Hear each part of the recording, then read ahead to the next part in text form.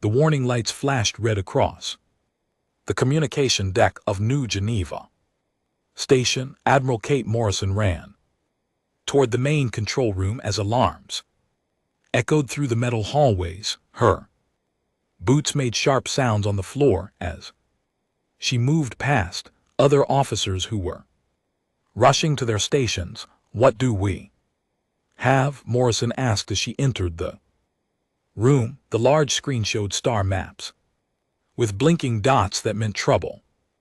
Captain Ryan Wells turned from his console. His face looked worried. "Admiral, we just got a distress call from the Zephyrian Republic. It's bad." Morrison knew the Zephyrians well. They were peaceful people with cities made of crystal that sparkled like diamonds. Their world was beautiful and calm. They grew amazing food and made art that could make people cry with joy. For 30 years they had been humanity's best friends in space. "Show me," Morrison said. The main screen changed to show a Zephyrian face. The alien looked like a tall, thin person, but with skin that seemed to glow softly. This one looked scared, very scared. "This is Council Leader HFY of the Zephyrian home world," the voice said through the translation system. "The Krex Empire has broken through our defenses. Our people are dying. Many are already dead. We call on the Terran Protection Accord. Please help us. We need your peacekeepers. We need your diplomats. We need mercy." The message ended. The room went quiet except for the hum of computers. Morrison stared at the screen. She had met HFY before. He was a kind leader who loved his people like children.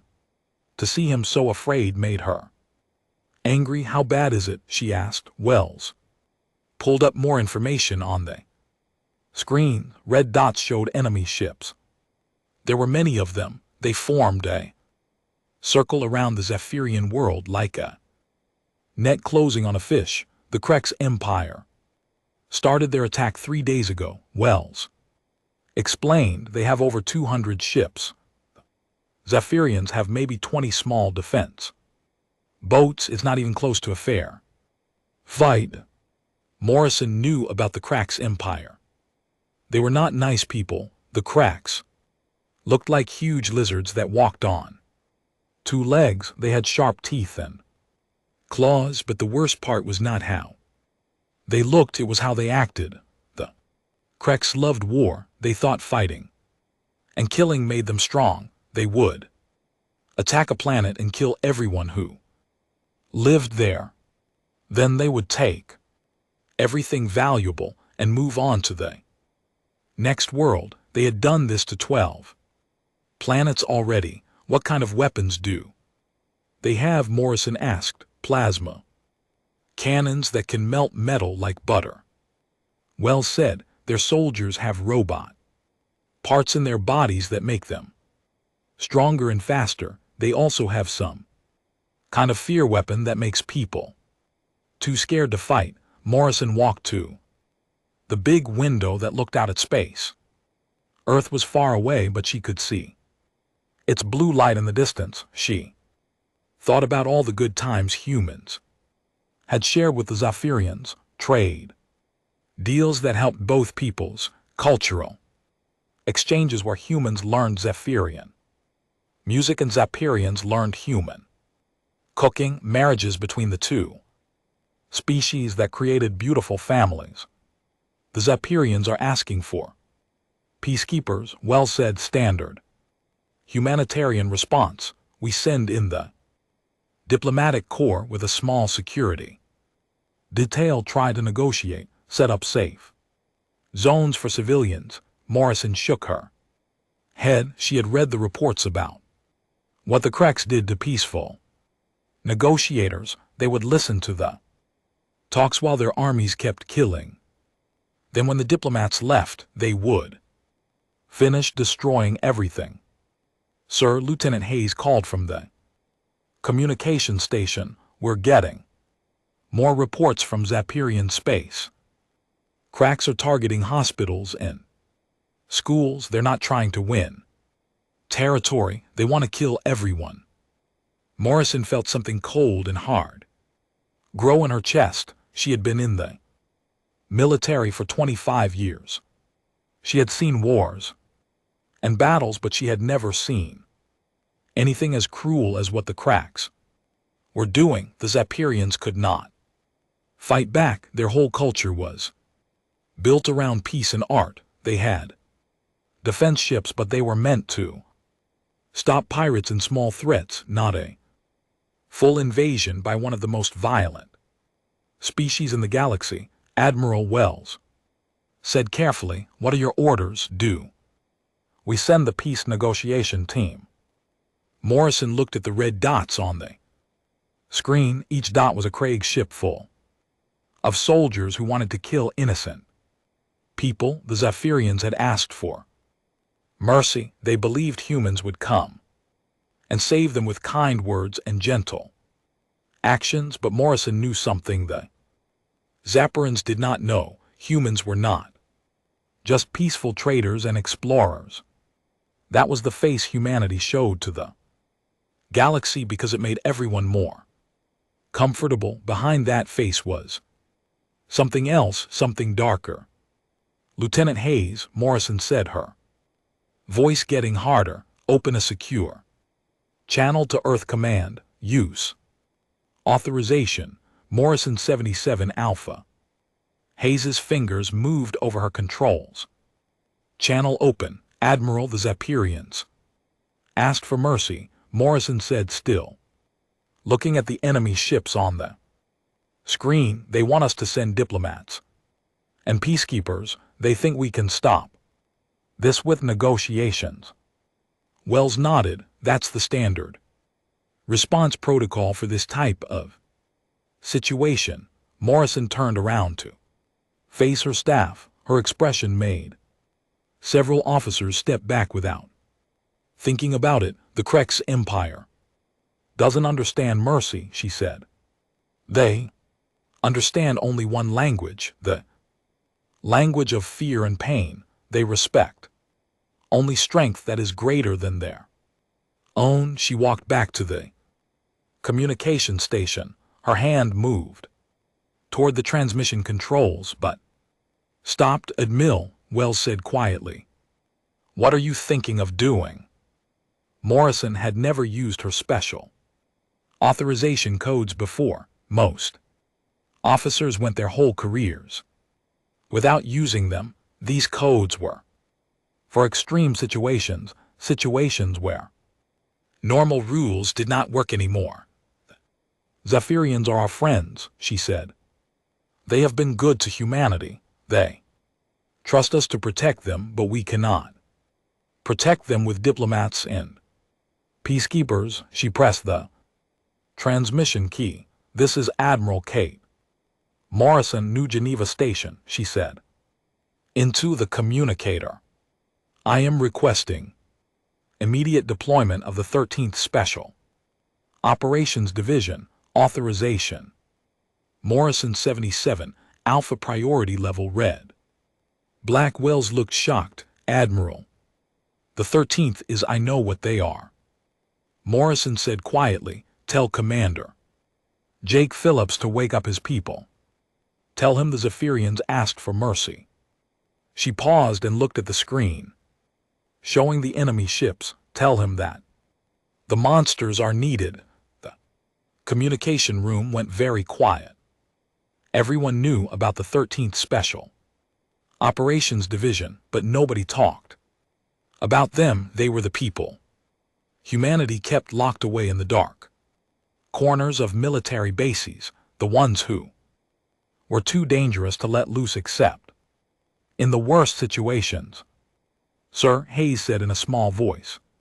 "Lord, you sure about this?" Morrison looked at Vexy's scared face, still frozen on one of the screens. She thought about Zephyrian children who were probably hiding in basements while Kree soldiers hunted them. She thought about the Crystal cities being turned to ash and dust. The Zafarans asked for mercy. She said again, we're going to give it to them. We're going to show the Kreks Empire what happens when they threaten innocent people who are under human protection. She walked toward the door, then stopped and looked back at her officers, and may God help the Krez when our monsters arrive. The ship Nightfall moved through space like a shadow. Unlike the bright white ships that humanity usually sent to help other worlds, this one was black as night. Its shape looked wrong somehow. The curves were too sharp, the weapons were too big, even the way it moved seemed hungry. Commander Jake Phillips stood in the briefing room looking at 12 people who most civilized beings tried to forget existed. These were not normal soldiers followed rules and tried to be honorable. These people had been taken from the worst places on Earth, death row inmates, military prisoners who had done things too terrible to speak about, people who understood violence in ways that scared even other humans. Phillips had scars on his face that told stories of fights he had survived. His eyes were cold and empty like winter nights. When he spoke, his voice was calm, but everyone listening knew he was dangerous. Ladies and gentlemen, Phillips said, 3 days ago, the Kreks Empire decided to attack our friends, the Zapirians. They think they can kill innocent people without anyone stopping them. The room was quiet. The 12 people sitting at the metal table watched Phillips with the attention of predators waiting for orders. The Zapirians asked humanity for mercy. Phillips continued, they expected diplomats and peacekeepers. They got us instead. Sergeant Lisa Barnes sat at the far end of the table. Her arms were not normal human arms anymore. They had been replaced with cybernetic ones after she lost the real ones in an explosion. The metal and plastic limbs were stronger than normal arms and could connect directly to computer systems. Before joining the 13th, she had been the best assassin in the criminal underground. She had killed 47 people before getting caught.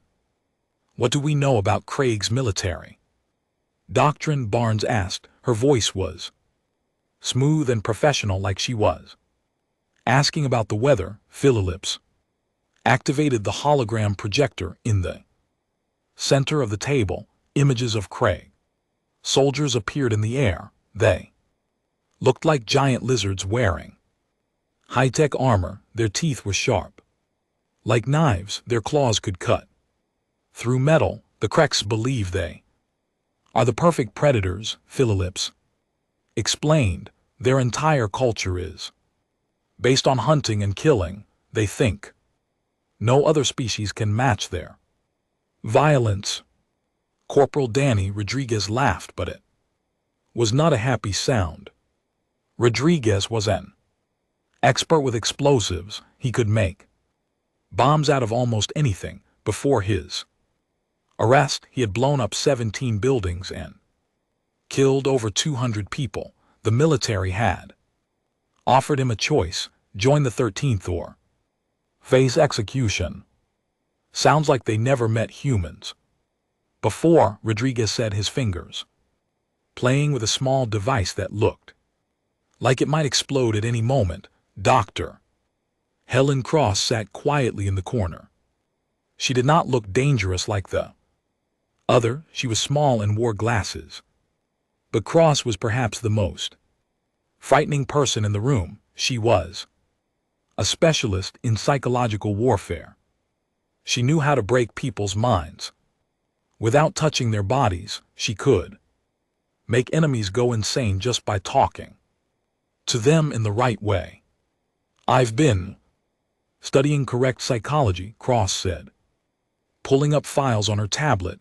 They have several exploitable mental weaknesses. Their pride makes them overconfident. Their pack mentality means if you break their leaders, the followers panic. Phillips nodded. What else? They've never encountered a species more vicious than themselves. Cross continued. Their entire worldview is based on being the apex predators. If we can show them something more frightening than they are, their whole belief system will collapse. Lieutenant Ben Parker was cleaning his fingernails with a knife. Parker was an infiltration expert. He could sneak into any building, any base, any ship. He could kill guards without making a sound and open any lock ever made. Before joining the 13th, he had been responsible for 23 political assassinations across 4 star systems. How many cracks are we dealing with? Parker asked without looking up from his knife. 12,000 soldiers on the ground. Phillips replied, 200 ships in orbit. Standard invasion force. And how many of us? Asked Rodriguez. 12. The room went quiet for a moment. Then Rodriguez started laughing. It was the kind of laugh that made normal people nervous. 12,000 against 12, he said. I almost feel sorry for them. Barnes connected her cybernetic arm to the ship's computer system. Her eyes glowed softly as she accessed intelligence databases. I'm pulling their communication frequencies and command structure. Give me 6 hours and I can intercept all their tactical communications. Do it, Phillips ordered. Cross, I want full psychological profiles on their command staff. Find their fears and weaknesses. Already working on it, Cross replied, her fingers moving rapidly across her tablet. The cracks have several natural phobias built into their genetics: fear of dissolution, fear of isolation, fear of being hunted. Parker finally looked up from his knife. Rules of engagement. Phillips walked to the front of the room and looked at each of his people individually.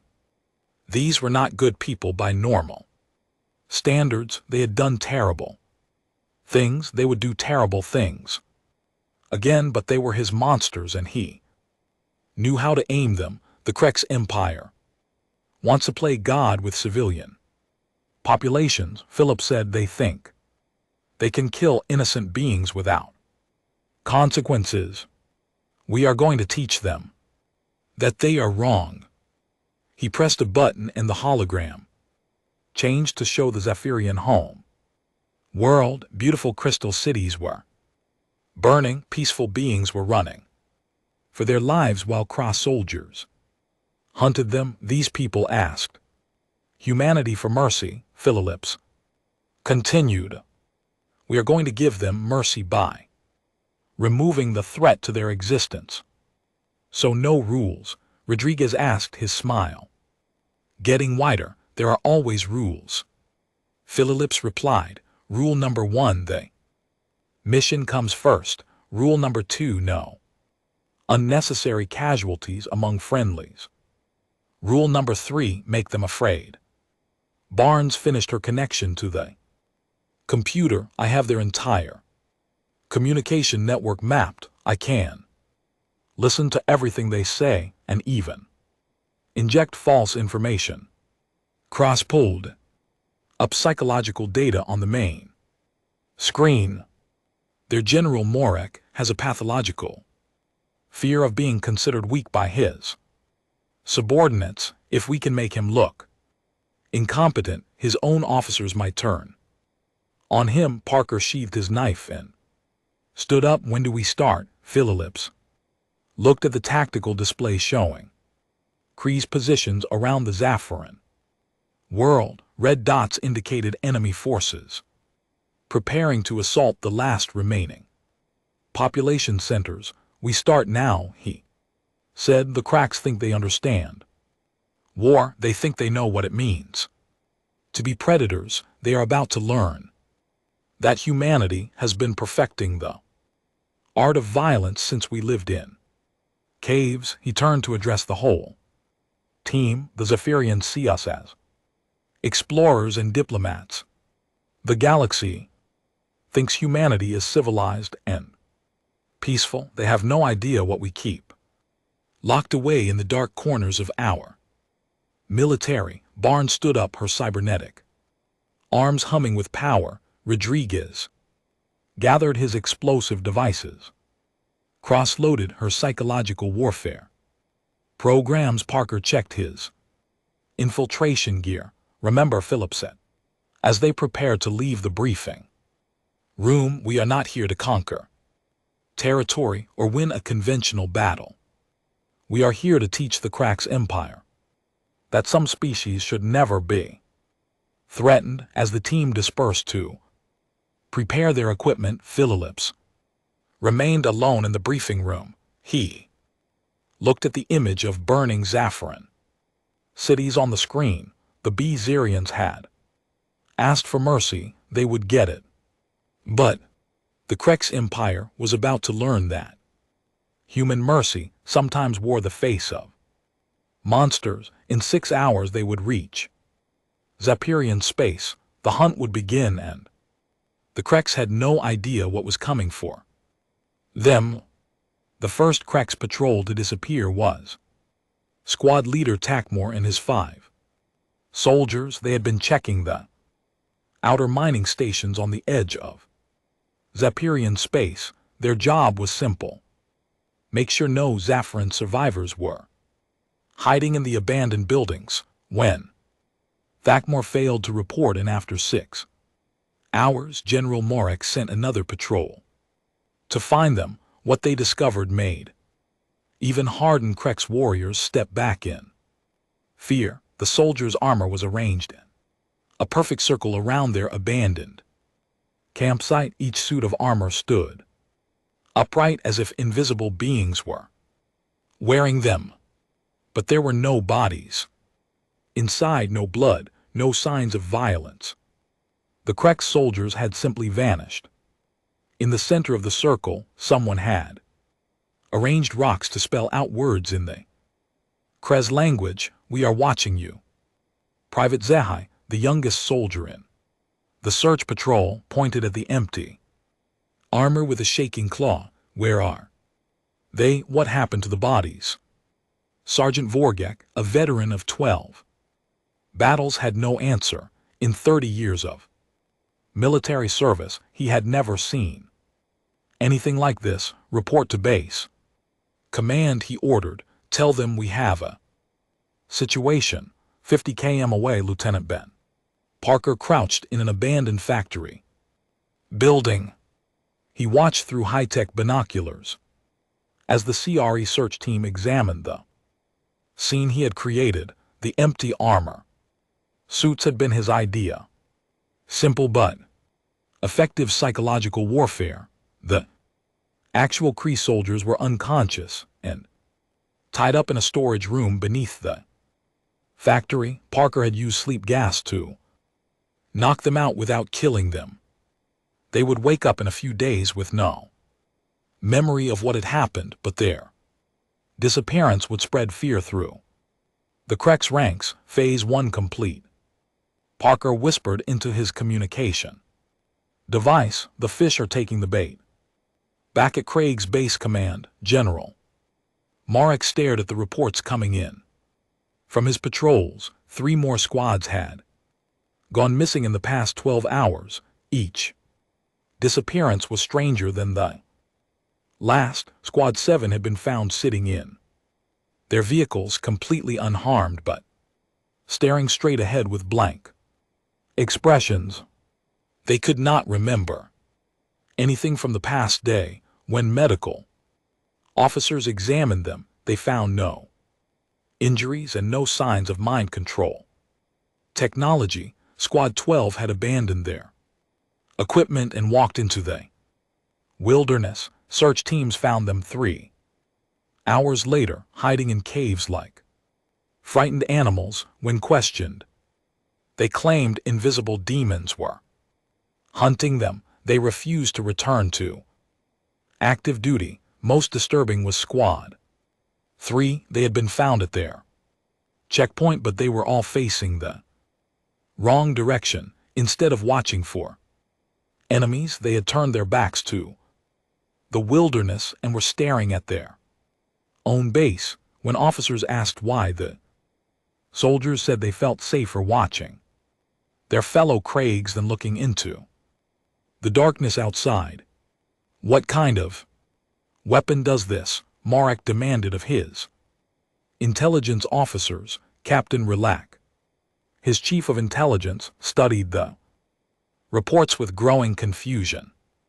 General, we can detect no energy signatures, no ballistic evidence, no chemical traces. Whatever is doing this leaves no physical evidence. Ghosts do not fight wars, Marek snarled. Find me real answers. But the answers were becoming more frightening than the question. 200 km south of the main Crex base, Corporal Danny Rodriguez was having fun with his explosives, but these were not normal bombs designed to destroy buildings or kill enemies. These were psychological weapons designed to break minds. Rodriguez had planted charges throughout an abandoned Zephyrian city where a Crex patrol was scheduled to arrive.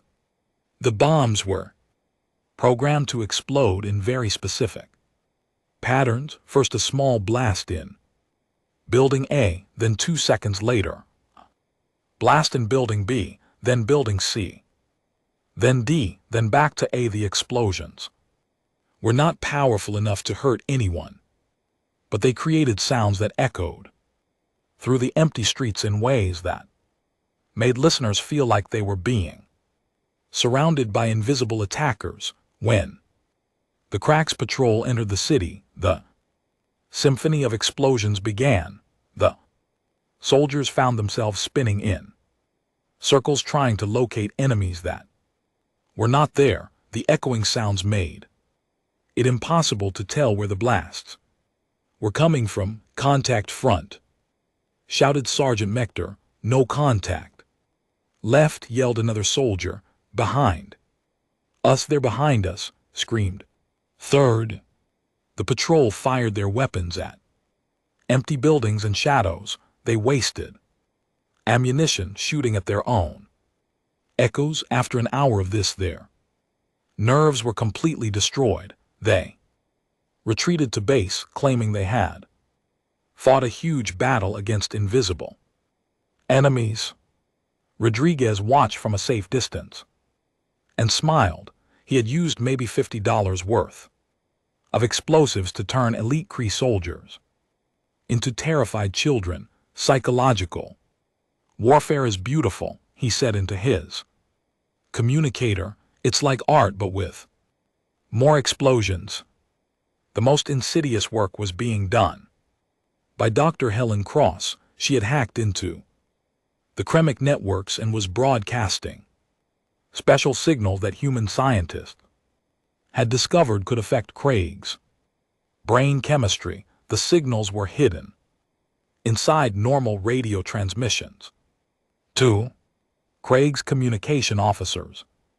Everything looked normal, but the hidden frequencies were designed to trigger specific responses in Kree's nervous systems. Some frequencies caused mild paranoia, others created a sense of being watched. The most powerful signals could make Craig's soldiers afraid of their own shadows. Cross sat in her mobile command center, surrounded by screens showing Kree's brain scan data that Barnes had stolen from their medical databases. She carefully adjusted the hidden frequencies like a musician tuning an instrument. Increase paranoia signals to Sector 7 and 9, she murmured to herself. Add isolation anxiety to Sector 12, and let's try some primal fear responses in Sector 4.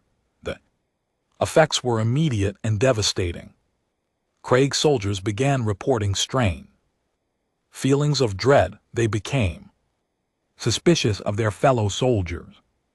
Some refused to go on patrol alone. Others refused to go on patrol in groups. Because they no longer trusted their squadmates. Base medical officers were overwhelmed with soldiers complaining of nightmares, anxiety attacks, and the constant feeling that something terrible was about to happen. Meanwhile, Sergeant Lisa Barnes was deep inside the Craig's computer networks, learning everything about their military operations. Her cybernetic arms allowed her to interface directly with their systems in ways their programmers had never imagined possible. She had access to their troop movement, supply schedules, and personal files on every officer. More importantly, she could alter their data without leaving traces. Barnes began making small changes to their orders. A patrol scheduled to go north was redirected south. Supply convoys were sent to empty coordinates. Communication relays were given slightly wrong frequencies that made conversations difficult to understand. The changes were small enough that no single officer would notice them, but together they created a growing sense that their command structure was falling apart. General Captain Relac reported to Morek, "We're having communication problems across all sectors. Orders are being misunderstood. Units are getting lost. Our supply lines are confused." Morek studied the tactical displays with growing frustration. His invasion force was still physically intact. They had not lost a single major battle, but somehow his army was falling apart from the inside. "Sir," another officer interrupted, "we're getting reports of strange sounds in sectors 5 through 8. Soldiers are claiming they hear voices calling their names in empty buildings. And Sector 12 is reporting equipment malfunctions," added a third officer. "Their weapons keep jamming. Their vehicles are breaking down. Their computers are showing error messages they've never seen before." Marek looked at the map of his positions. Red markers showed his forces spread across the Zaffiran home world, but the red was starting to look less like a conquering army and more like scattered, isolated groups of frightened soldiers. "What are we fighting?" he asked. Quietly, none of his officers had an answer. They were fighting an enemy they could not see, could not track, and could not understand, an enemy that seemed to know their every move before they made it. In the darkness beyond their sensors, Philips and his team continued their work. They were not just fighting the Craig's army, they were systematically destroying its will to fight. The Craig's had come to Zaffiran space expecting to battle peaceful civilians. Instead, they had found something that made them question reality itself. The hunt was just beginning. General Marek woke up to silence. This was wrong. His command center was never silent. There should be the sound of officers giving reports, communication systems beeping, and the hum of computers running the invasion. But the room was completely quiet. Marek got up from his sleeping alcove and walked into the main command area. Lights were on, all the equipment was working, but there were no soldiers anywhere. "Guard detail report," he called out. No answer. Communications respond. He tried again, still nothing. Marek walked to the main door and found it standing open. The hallways beyond were empty. His heart started beating faster. Where was everyone? He went back to the communication console and tried to contact other parts of the base. Radio worked, but nobody answered his calls. It was like his entire army had simply vanished. Then the screens around the room began to change. Instead of showing tactical information, they all displayed the same message written in perfect correct script.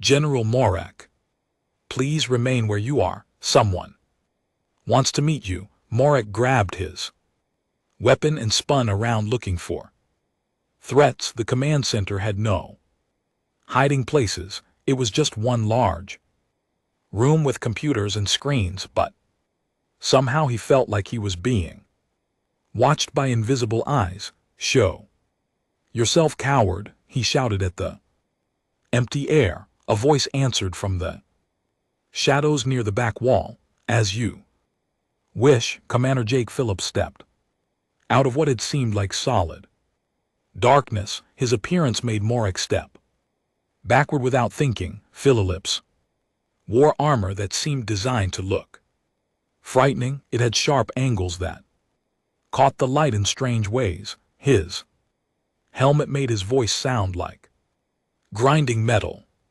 General Morak, Philip said, walking slowly forward like a predator approaching prey. I am Commander Phillips of the Terran 13th Special Operations Division. Morak raised his weapon. Terran, you are human? I am, Phillips replied calmly. And I have some news for you. Your invasion is over. Impossible, Morak snarled. I have 12,000 soldiers on this planet. You are just one human. Phillips tilted his head slightly. Had you had 12,000 soldiers, would you like to see what happened to them? The screens around the command center flickered and changed to show live video feeds from across the planet. Morak saw his soldiers in various states of retreat and panic. Some were running toward their ships, others were sitting in groups staring at nothing with blank expressions. Many had abandoned their weapons and were hiding in buildings. This is not possible, Morak whispered. My soldiers are the finest warriors in the galaxy. They fear nothing. They feared nothing, Phillips corrected. Past tense. Now they fear everything. From another entrance, Sergeant Lisa Barnes appeared. Her cybernetic arms made quiet, mechanical sounds as she moved. The metal limbs gleamed under the lights, and Morak realized this human had replaced parts of her body with machines. General, Barnes said in a voice that sounded almost friendly, I've been inside your computer networks for the past week. I know everything about your military operations. I know about your supply lines, your troop movements, and your personal files. From a ventilation shaft in the ceiling, Corporal Danny Rodriguez dropped down with the smooth motion of someone who had done this many times before. He landed silently and immediately began checking small devices attached to his belt. Each device looked like it could explode at any moment. Your psychological profile makes for interesting reading, Rodriguez said, with a smile that made Morak's skin crawl. Did you know that Craig's military doctrine has 17 specific weaknesses that can be exploited through targeted fear responses? Dr. Helen Cross stepped out from behind the main computer console. She looked small and harmless compared to the others, but something about her made Morak more nervous than all the weapons pointed at him. We've been studying your species for longer than you might think, Cross said, adjusting her glasses. Your brain chemistry responds to certain audio frequencies in predictable ways. Your social structure depends on maintaining the image of strength. Remove that image and everything falls apart. Morak looked around at the 4 humans surrounding him. He had fought many battles against Many different species, but he had never encountered anything like this. These were not normal soldiers. They moved like hunters. They talked like scientists. They looked at him like he was an interesting problem to solve. "What are you?" he asked. Philip smiled, and it was perhaps the most terrifying expression Morik had ever seen on any face. "We are what humanity keeps locked away until species like yours make the mistake of threatening our friends." The Zephyrians asked for mercy, Barnes added, her cybernetic fingers interfacing with a nearby computer terminal. They expected diplomats and peacekeepers. Instead, they got us, Rodriguez said, playing with one of his explosive devices. "Lucky them." Cross pulled out tablet and showed Morik a series of brain scan images. "Your soldiers are experiencing what we call predator reversal syndrome. For the first time in their lives, they understand what it feels like to be prey animals." Phillips walked closer to Morik. "You see, General, the galaxy thinks humans are peaceful explorers and traders. They see our diplomats and scientists and merchants. They think we are soft. They do not know about us." Barnes continued, "They do not know that humanity learned to be civilized by first mastering every possible form of violence." Rodriguez laughed quietly. "We are what humans were before we decided to play nice with the other species. We are the monsters your people tell stories about to frighten their children." Cross looked up from her tablet. "Except we are real and we are very good at our job." Morik tried to process what he was hearing. These 4 humans had destroyed his entire invasion force without fighting a single conventional battle. They had turned his elite soldiers into frightened animals, using nothing but fear and confusion. "How?" he whispered. "Psychology," Cross answered. "Every species has mental weaknesses. Yours are quite obvious once you know where to look." "Technology," Barnes said, holding up one of her cybernetic hands. "Your computer systems were designed by people who never imagined someone like me would want to break into them." "Explosives," Rodriguez added cheerfully. "Not to kill people, but to create sounds and patterns that break minds instead of bodies." Philip stepped even closer.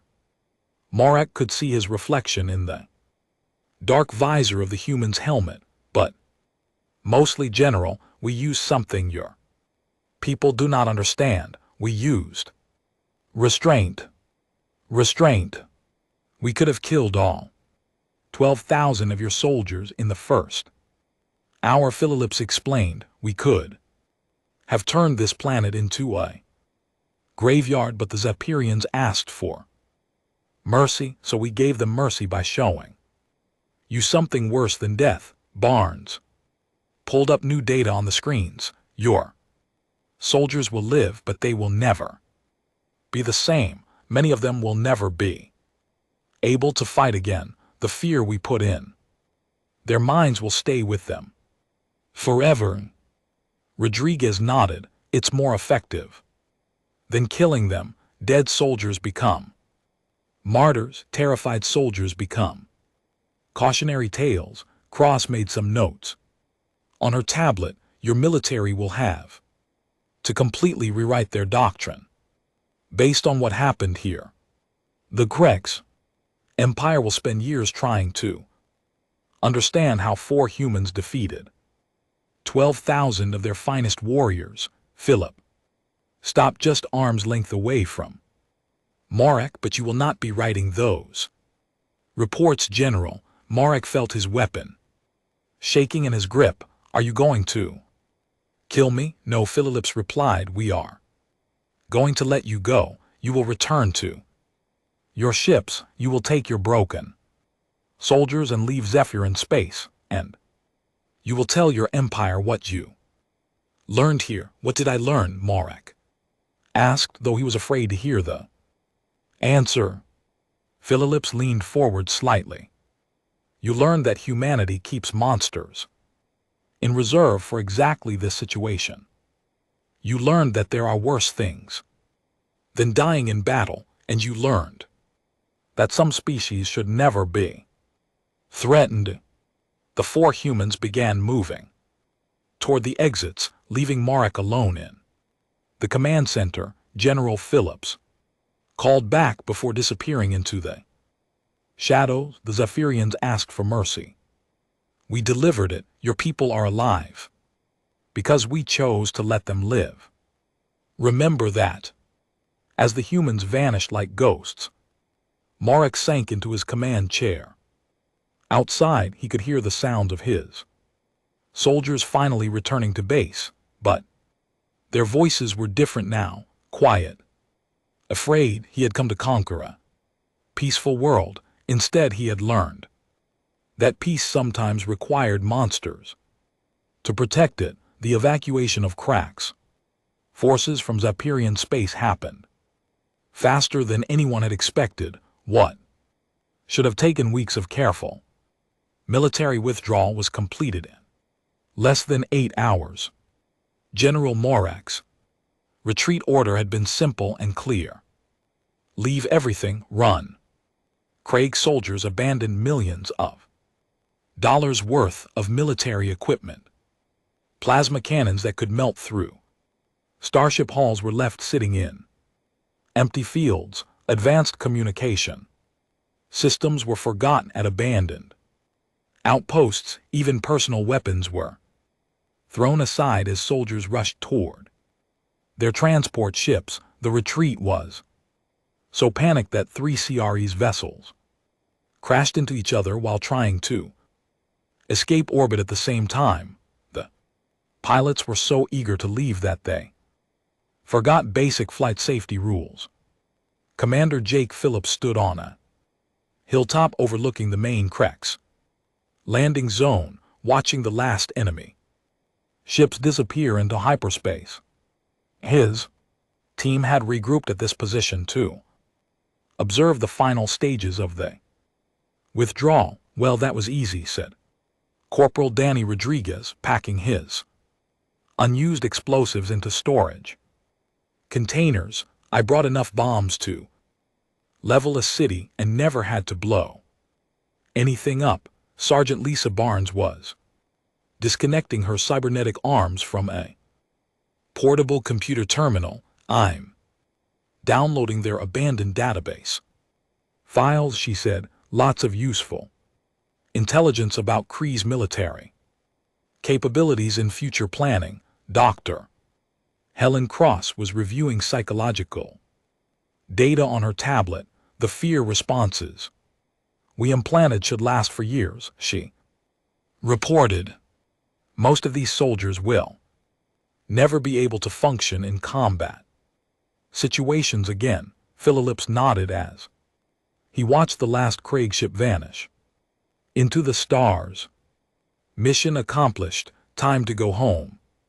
But first, they had to meet with the people had saved. The Zephyrin capital city was still beautiful despite the damage from the invasion. The crystal buildings reflected sunlight in rainbow patterns. Across the streets, Zephyrian civilians were beginning to come out of hiding, their faces showing relief and confusion. In equal measure, Council Leader Vex High waited for Phillips at the main spaceport. The tall, graceful alien looked exactly as he had in the distress message, but now his glowing skin seemed brighter. His fear had been replaced with gratitude and curiosity. Commander Phillips, Vex High said, his translated voice carrying the musical tones typical of his species. We cannot thank you enough, but we must admit we are confused about what exactly happened. Phillips had changed out of his frightening combat armor and now wore a standard military uniform. Without the intimidating gear, he looked almost ordinary, just another human officer doing his job. We provided the assistance you requested, Council. Leader Phillips replied, your people are safe. The threat has been removed.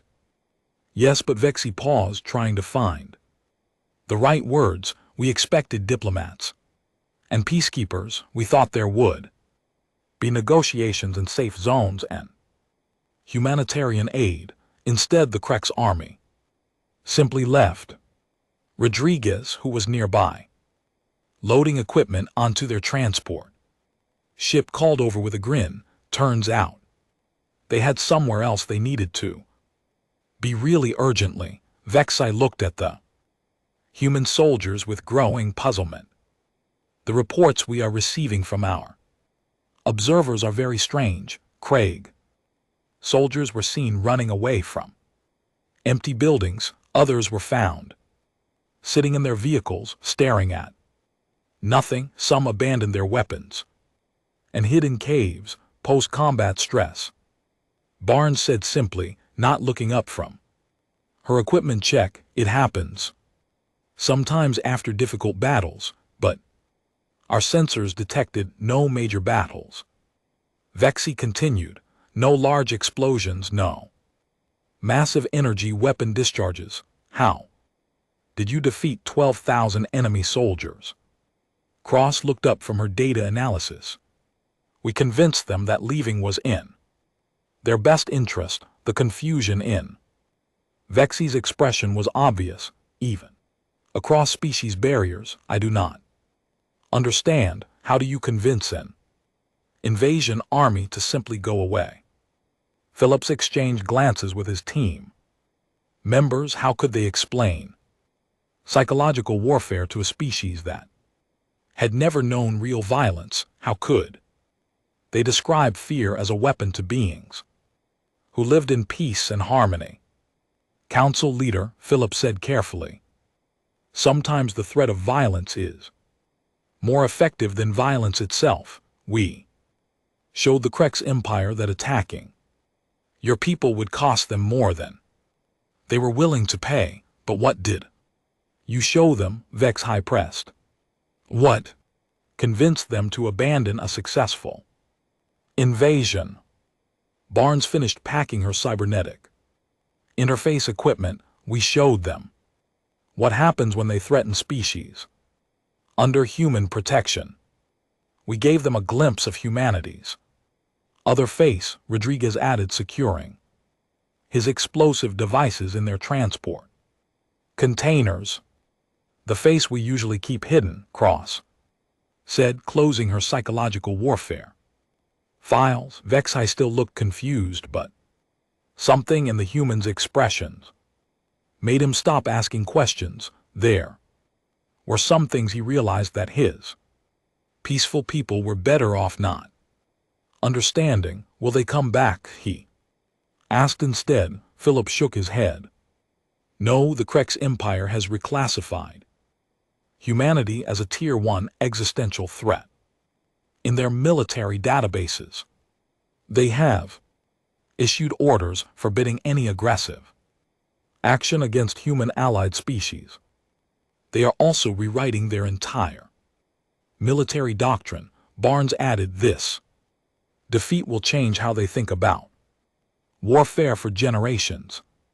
Cross pulled up a file on her tablet.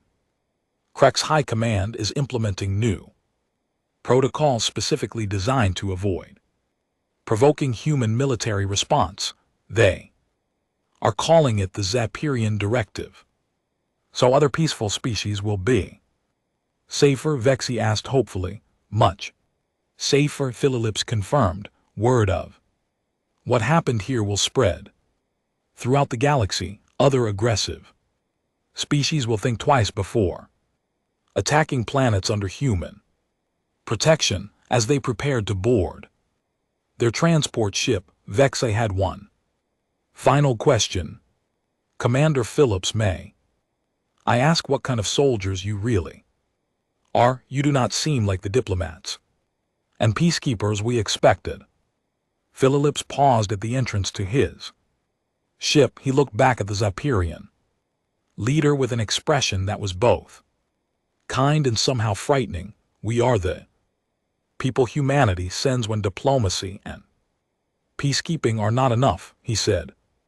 We are what your people will never need to see again as long as you remain under our protection. The ship Nightfall lifted off from the Zaffiran spaceport and began its journey back to human space. Inside the vessel, Philips filed his final mission report while his team secured their equipment and prepared for the long trip home. The report was brief and to the point. Craig's invasion force neutralized through psychological warfare. Operations, enemy retreat confirmed.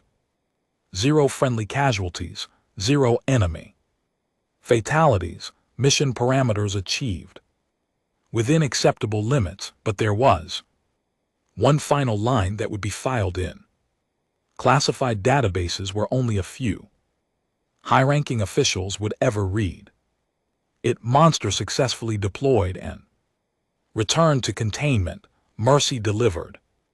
As requested, Admiral Kate Morrison received the report aboard New Geneva Station. She read it twice, then filed it away in the secure databases reserved for special operations missions that the galaxy was not ready to understand. She looked out at the peaceful stars beyond her viewport and thought about the conversation she would have with Zapirian representatives in a few days. They would thank humanity for sending peacekeepers and diplomats to save their world. She would accept their thanks graciously and never mention that no peacekeepers or diplomats had been involved. She would not tell them about the 13th Special Operations Division or the monsters humanity kept locked away in the dark corners of military bases. The galaxy saw humanity as explorers, traders, and diplomats. They saw the civilized face that humans chose to show them. They had no idea what slept in the shadows, waiting for the day when civilization was not enough. Sometimes mercy required monsters, sometimes peace needed to be protected by people who understood violence better than anyone else in the galaxy, and perhaps that was for the best. The Zaffirans could return to their crystal cities and their art and their music, never knowing that their safety depended on humanity's willingness to unleash controlled darkness when necessary. Philips and his team would return to their secret facilities, ready to sleep in the shadows until they were needed again. They were humanity's monsters, and they were very good at their job. The galaxy was safer because of what they had done, and the galaxy would never know their names.